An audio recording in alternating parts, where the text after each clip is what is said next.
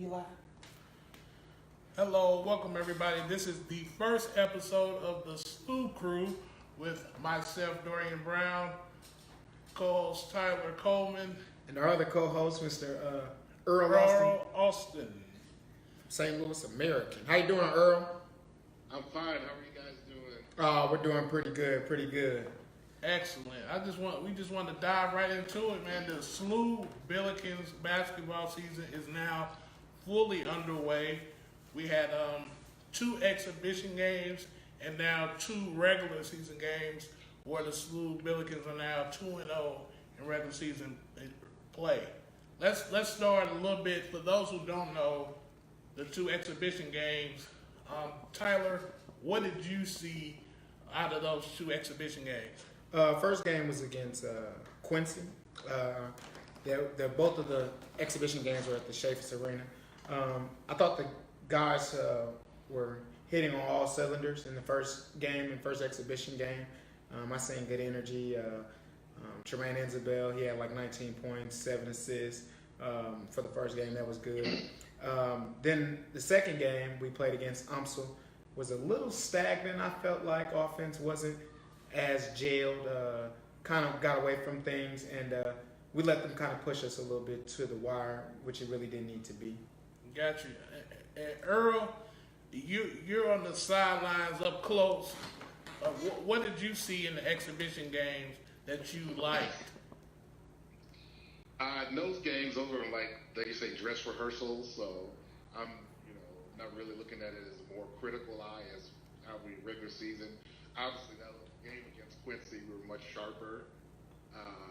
Tremaine was really good, kind of a real nice debut with scoring and passing, and everybody else kind of fit in after that. And then the second game, as you said, probably the one thing was the turnovers. We had 24 turnovers that game, and that's something you really don't want to become a trend over the course of the season, especially when you play a rough non-conference schedule and play in a good conference. So that's something that I know Travis met the team I guess it was almost 45 minutes after the game and probably discussed that and, kind of get yourself ready. After those 2 games, I was just ready for some real games after those 2. Definitely. Yeah, and so now we get into regular season play. They open with SEMO last Tuesday night, and I was actually there at that game. They started off a little slow, and then defense kind of started to kick in. The hustle plays, people diving, and then they started to separate themselves in the second half of the first half. Tyler, what did you like in that first half against SEMO? The thing that I really liked in the SEMO game was probably I felt like Javon Best was clicking on all cylinders. He looked very good to start off. He's a 5th-year guy, transferred from Michigan State, but I really loved his energy that he brought. I do feel like our guard play is pretty good. I would honestly say that. I think we got some pretty decent guards. But Javon Best, he stuck out for me. Earl, in the first half, they weren't really clicking from outside. What would you like them to do a little bit differently, in your opinion, to get that offense going a little bit earlier? Oh, I like it. I'm still, even though we're in an age of perimeter shooting, with the makeup of our team, I enjoy it when we play inside out. And when you try to get the ball, we didn't do it as much that game, but I like when Hassan touches it in the paint, Cartier, even DJ. We got guys, and even we got big, athletic, physical guards too. And when they get the ball inside that, the teams tend to, if they don't score, teams are going to try to double.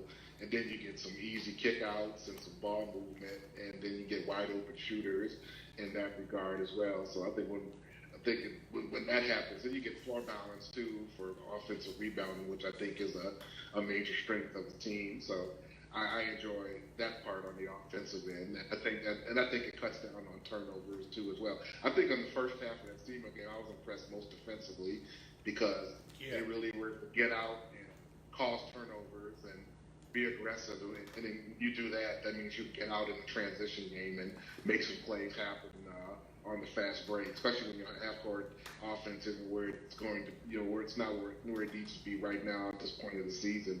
If you can get out with your defense and make transition offense off your defense, then that helps quite a bit.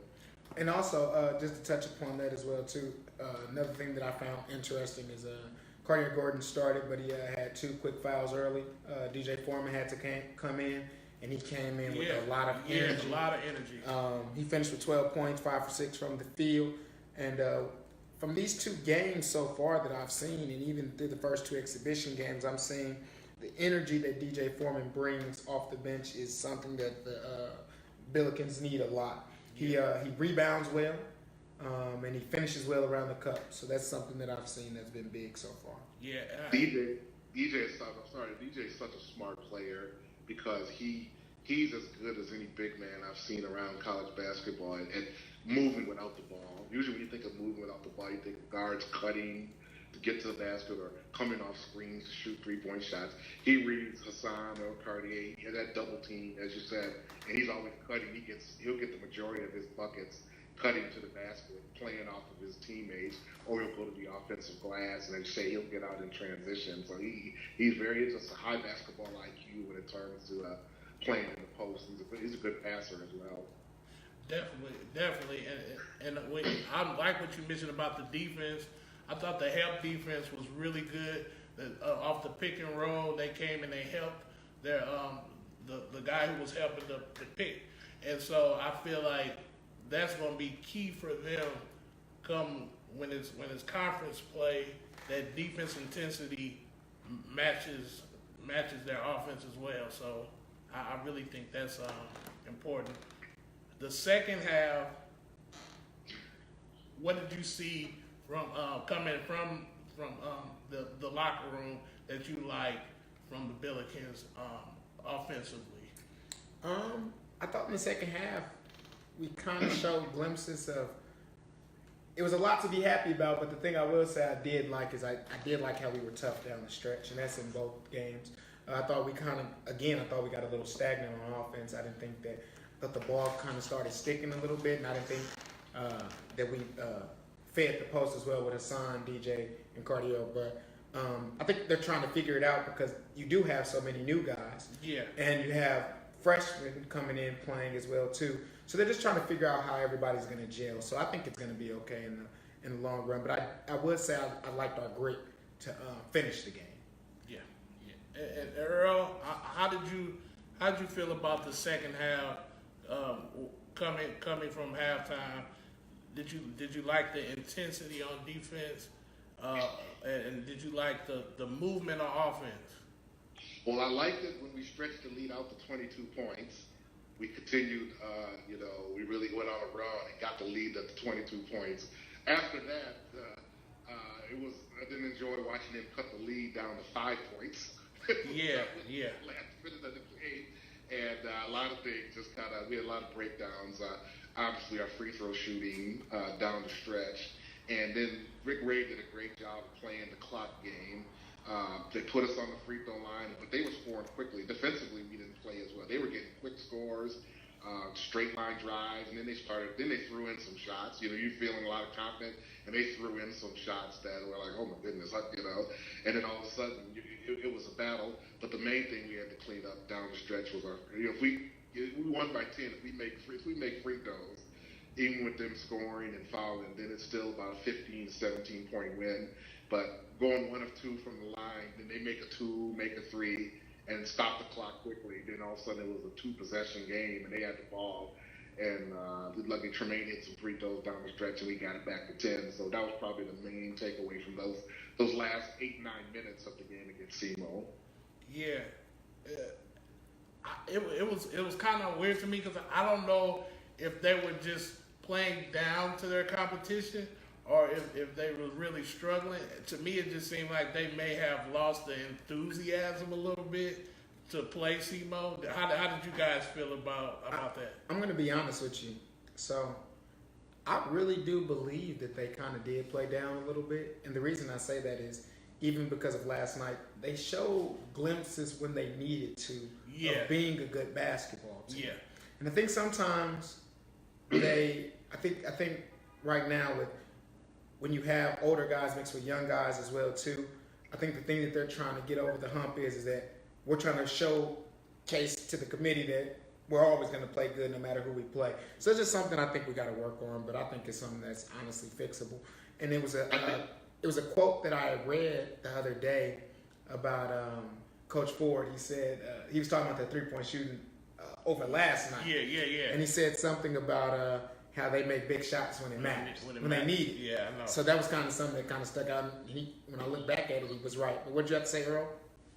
No, go ahead, concern. Yeah, you're right. I think it's just the competitiveness that they had. Last night it was a struggle from three, as it has been the first two games. But last 5 minutes, we had four in a row, and it was four different guys. Like you said, it was Tremaine first, and then Dion from the corner, and then Javon, then Jay Good hit the money ball at about 25 feet. And I think they just locked in competitive-wise. That's the thing. And I think you touched on something earlier, which I think people are going to realize, even though we have a lot of expectations and we're going to be very good. But I think what's happening is that we're, like I said, it's new. Everybody's new. We got 7 new guys. Even it's a veteran team, but they're not a veteran team playing together. Right. Like the team we played last night, Troy was a veteran team, but they had a core of 5 or 6 guys that have been there for 3 and 4 years. Like I say, Tremaine is coming in new, even though he's a 5th-year senior, so he's 22, he's a grown man, but he's playing in a new system, new style. He's kind of setting what he likes to do, so he's trying to fit his skills in. And Dion's the same way. And so right now, it's you can see it's a lot of good basketball players out there, but we're still a work in progress as far as coming the type of team that we think we can be down the road. And I think you see that more offensively. Defensively, you can see it's about going out and effort. Defense is a lot more effort, and with execution, where offense, it takes chemistry, cohesion, and playing together for a period of time. And I think that's just going to be a work in progress. I think you saw a little bit of that, and I think you said something also, Tyler. I think when you see they're not as familiar, you see the ball sticks a little more. Mm-hmm. And we saw that especially the first half. That ball, I pointed out on the radio. Everybody was kind of trying to play their solo instead of the band playing together. So we had a good and then the last 5 minutes it kind of turned into a nice all-star jam. Nobody was trying to get their solo, and everybody they're starting to play together. So I think that's the work in progress throughout the season. Gotcha. Yeah. So I wasn't there yesterday, but. Oh, and before you go on, I did want to give a quick shout out to Javon Best. He finished with 18 points the first game. He was 6'11" from the field. Okay. And then a stat that it really stuck out to me is they have a thing called the rebounding chain. And Hassan French picked that up after the first game. He had 12 rebounds, and he only had 2 points, but he was big on the boards on the first game. So I just wanted to point that out as well. My bad. Yeah, no problem. And so the second game, I wasn't there, but I heard that there were started with some turnovers. Were there forced turnovers or were there unforced turnovers? Earl, start. Oh, okay. I think they did a good job defensively, but I think we forced a lot because I think we were trying to do too much. I always said one of my basketball philosophy is like the game would be easier for everybody if everybody took one less dribble. Mm-hmm. And I think everybody, we were, whether we got it in the post or we were trying to dribble in the lane, we take that extra dribble and we get ourselves in trouble.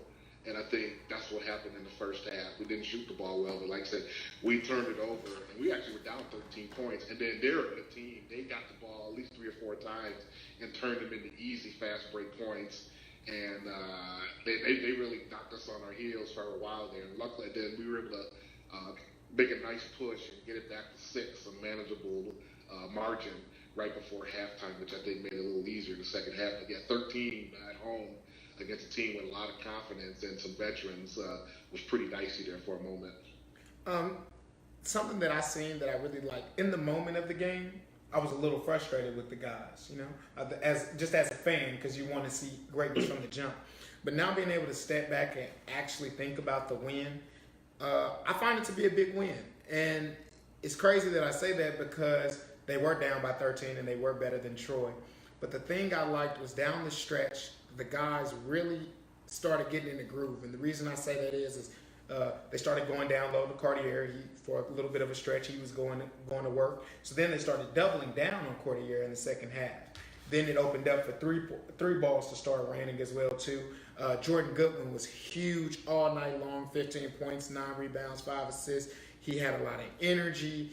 He was playing good. And then also then they get a big three when the shot clock is winding down from Tremaine Isabel at the top of the key. That was a big, huge three that also helped them as well too. And that hits home with what Earl said earlier, inside out. Yes. And if we got two guys in Hassan French and Cartier who are big, strong postmen, if we get them going early, pass it out when the double team comes, which they're good passers. Yeah, they are. Then you can really start to see some flow going a little bit more. Also, a key thing that I seen is they had 4 guys in double figures. That was another part that I really liked. So that's good. You see the balls moving around. It wasn't sticking in the second half when it really, really mattered. It's just weird because right now I think we're trying to figure out where people actually like the ball at, what spot's better for them. And when you haven't been playing with the person that long, you don't really know. So I think that's something that I'm starting to see. But one thing I will say, I love this team's competitive nature because down the stretch, they really pinned their ears back, got multiple stops, and they just were like, we need a bucket. We're going to go get a bucket. Gotcha. Earl, you said it earlier, 4 threes in a row. What did those 4 threes do for the team's momentum? Oh, huge. And it really demoralizes the other team because you've done the you're jamming the middle, you're playing a zone defense, you're doing, and we're not shooting the ball well, so you're really feeling good about pulling an upset. Then all of a sudden, Tremaine banks a 3 at the end of the shot clock, and then even I said to Ramon, things like that happen. We always just a play like that. Then all of a sudden, everybody, Dion hits the corner 3, and then Javon comes up with off the dribble going to his left 3, and then Jay Good hits one from NBA distance, and it just the confidence level. But they shot the ball, with you could tell, at that part of the game, you're a competitor. It doesn't matter if you're 0 for 10. You're shooting with some conviction. You're trying to win a game. And then they say you mix it in with Cartier doing his business in the paint. And that little stretch, and then they were getting stops. That little stretch showed you how good this team can be because it was 5 different guys doing something within the comeback. 5 different, Hassan obviously rebounded as well when he was out there. You got different guys. So when you start to see that over the course of a game, then they were making the extra pass to each other.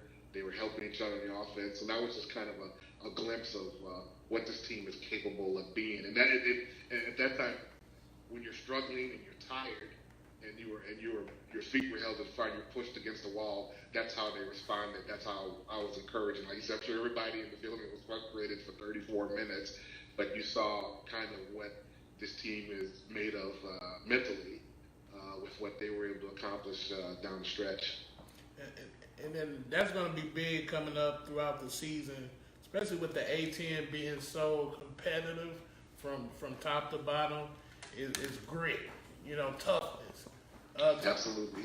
Tyler, how do you feel about that going on to the game 3, which is Tuesday at the Shakers?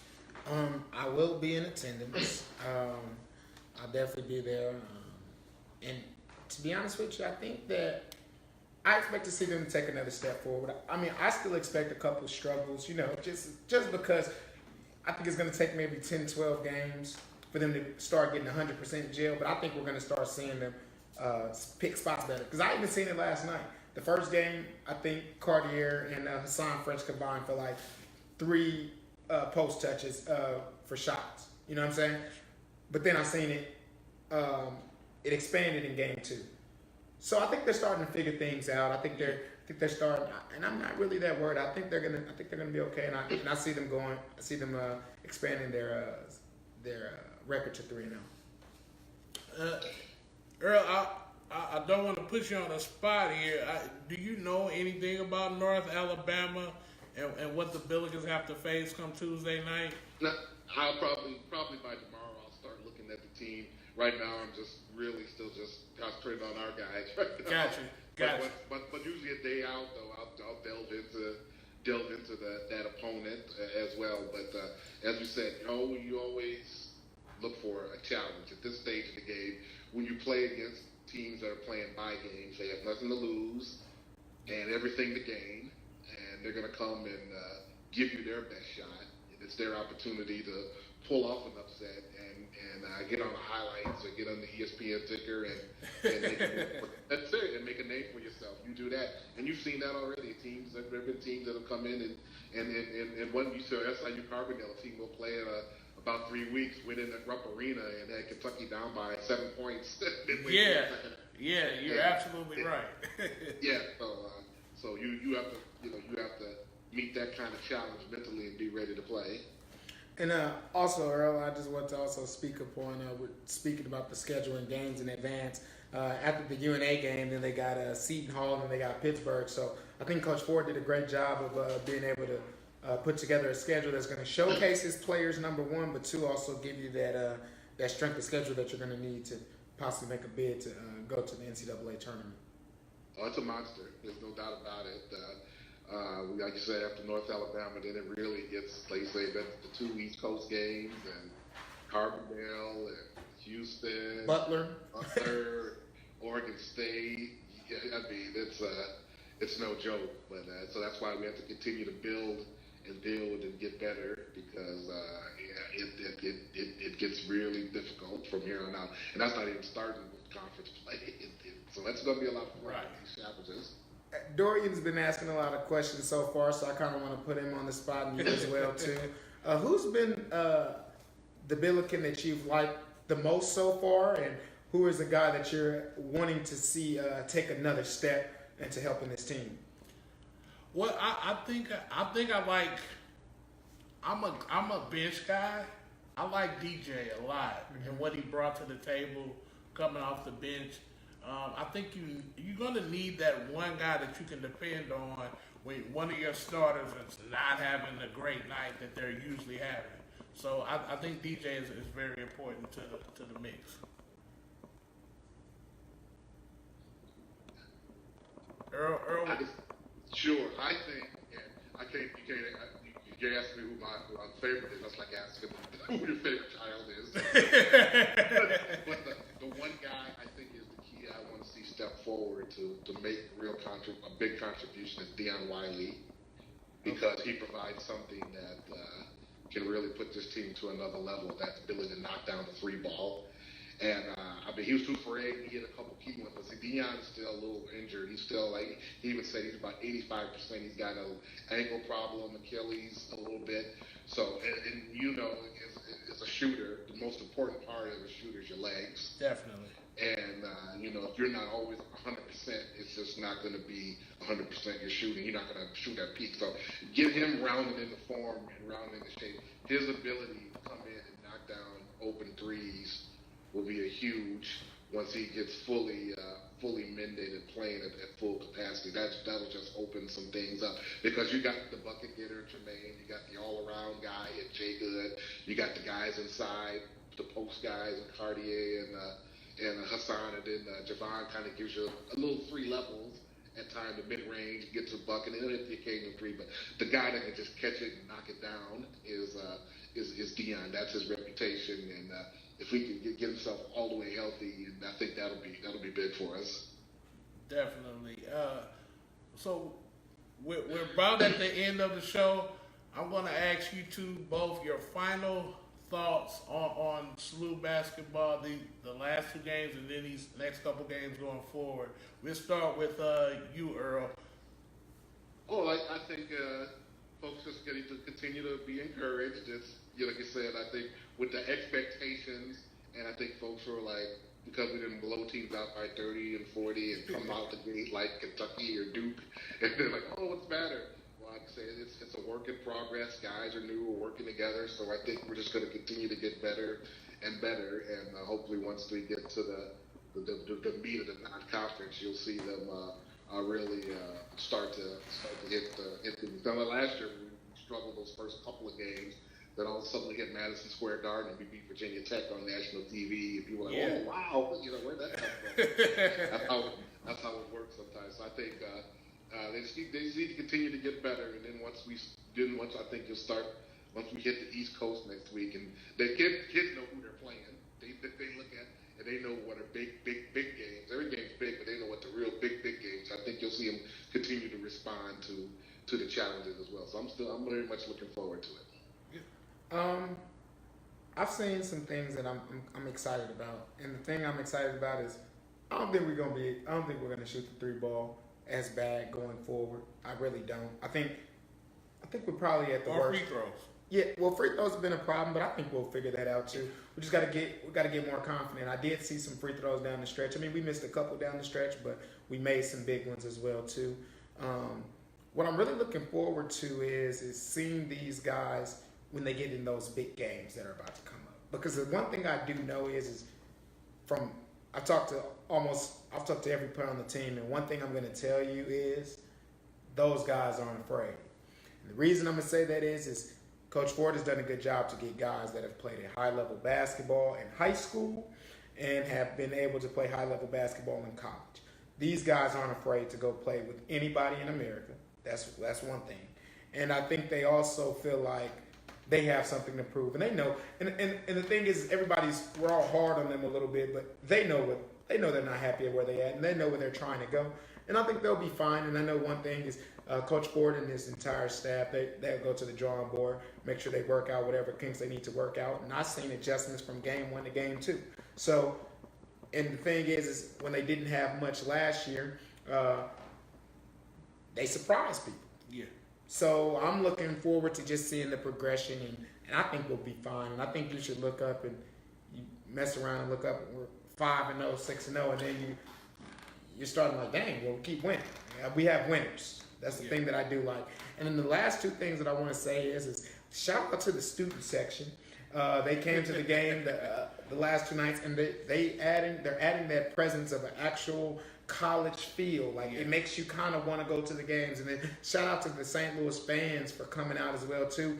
I seen the grow of the crowd from game 1 to game 2, so I'm looking forward to seeing in game 3.